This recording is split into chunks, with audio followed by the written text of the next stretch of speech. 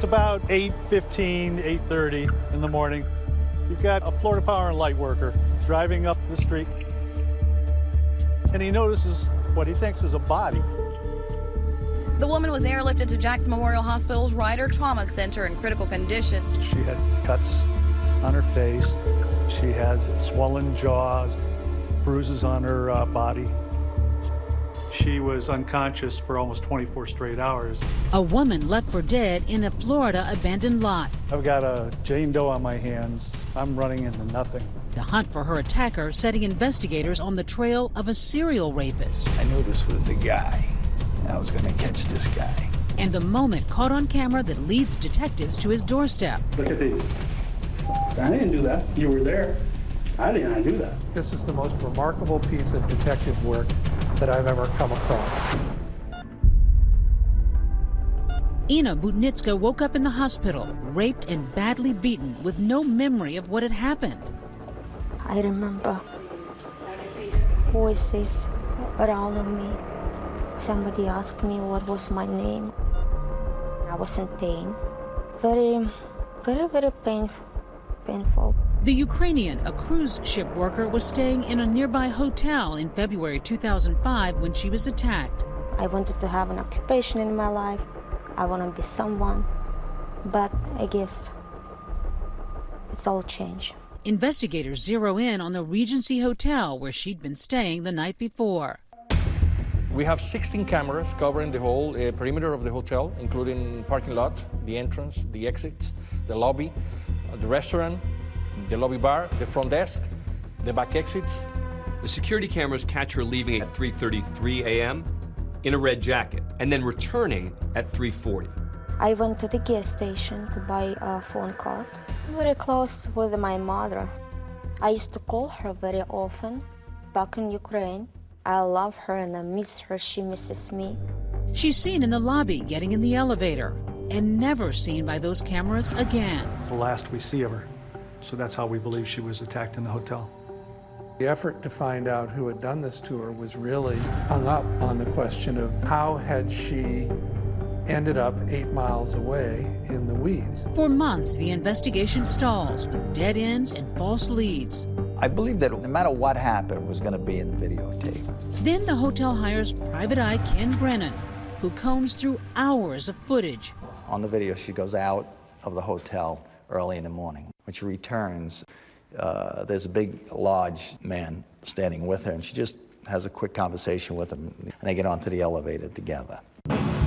Later, the mystery man seen leaving with a suitcase. Sometimes the smallest details ultimately end up cracking a case. This was the defining moment in the whole case right here. Ken observed that when this man pulled the suitcase out of the elevator, he had to give that little suitcase a tug to get it over the little lip between the elevator and the floor. As soon as he made the tug, as soon as he tugged out with both hands, it was like a light bulb went off in my head, and I said, she's in that suitcase. Then I just had to find out who the heck he was. Detectives discovered their possible suspect worked for a catering company hired by the Miami Boat Show and was living in Frederick, Maryland. His name, Michael Lee Jones. So I said, listen, we got to get some DNA from this guy, either voluntarily or without his knowledge. Detective Foote flies to Maryland to interview Jones. Oh, he's staying cool as a cucumber. He's just very relaxed, leaned back in the chair, no hiding or stuttering, looking for something. He confirms he was in Miami and working at the boat show, and that he was staying at the same hotel where Ina was attacked.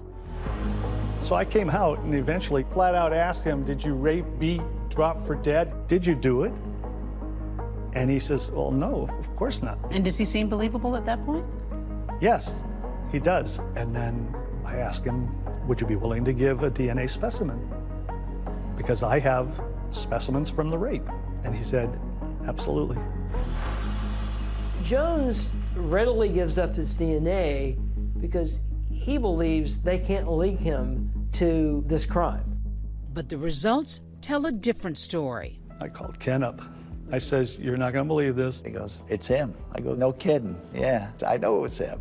I get an arrest warrant, and I go back to Maryland. I meet up with Ken and members of the Frederick Police Department. And we go out to Michael's apartment. You're being charged with rape, all right? She says I raped her. We already have the hit on the DNA, okay? Now it's just a question of interrogating them to see if I can get this guy to roll on it, right? Look at these. I didn't do that. You were there. I didn't do that. Once we started to throw the fact that, you know, obviously he was under arrest for this kidnapping or rape, his story changed. Just give us your version of what went down. And you only get one chance at it. All right, I'm straight up. I know the only thing he's gonna come up with is she was a prostitute. I paid for her. She was fine when I left her. I have no idea what happened to her, okay? I mean, obviously they were hookers or whatever. And, you know, we were talking, they were like, you know, we want to have some fun. And then what happens next? You go to her room, she go to your room? Went to her room. You went to her room? Mm-hmm. And then, you know, she whispers in my ear $100. So we did it, and I gave her $100, and I left. Unfortunately for Jones, his story doesn't match their surveillance video. There wasn't any kind of an exchange between the two of them. It would have been indicative at all of somebody soliciting a prostitute or a prostitute soliciting a John. Then there's the question of why Jones would be leaving the hotel at 5:28 a.m. without checking out, carrying a big suitcase, only to return about an hour later without it. You know, I took my downstairs and put it in the trunk. I think I went to 7-Eleven or something for a soda. In the middle of the night.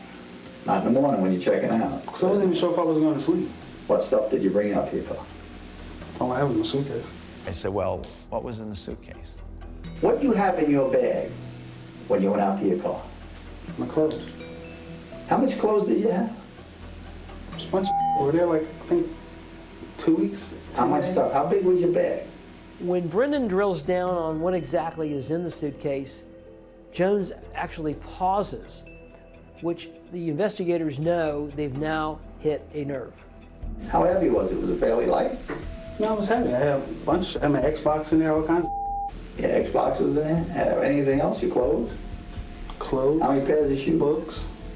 You got books? I said, you're an avid reader, you read all the time. I said, yeah, what kind of books do you like? What was the name of the books you were reading? I have no idea. I couldn't even tell you what the name of the book was. Just took out my pocket. Because any of the things he was talking about made absolutely no sense whatsoever. Who goes and leaves, takes their clothes out to the car before they check out?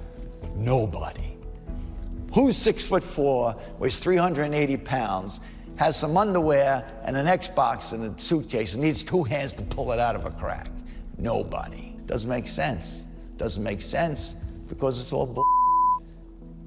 What is true is that he already beat this girl. He's dragging her out. He's gone for an hour because he's looking for a place to dump her because he thinks she's dead. Would you be willing to take a polygraph exam? Sure. Jones fails the polygraph test but continues to maintain his innocence. So you don't know what happened to her or how it happened to her? No. Michael Jones is charged with sexual battery and kidnapping, but prosecutors are not convinced they could get a conviction. Prosecutors decided they had a case of he said, she said. They didn't feel they could win a case if it went to trial. You don't know the way that a jury would feel. So the prosecutor's office decided to offer him a plea. Jones ends up pleading to a reduced charge, and the case never goes before a jury. His prison sentence? 2 years. I was upset. I just told him, you can't let this guy out. I was angry, but I couldn't do anything. I'm not familiar with the justice system.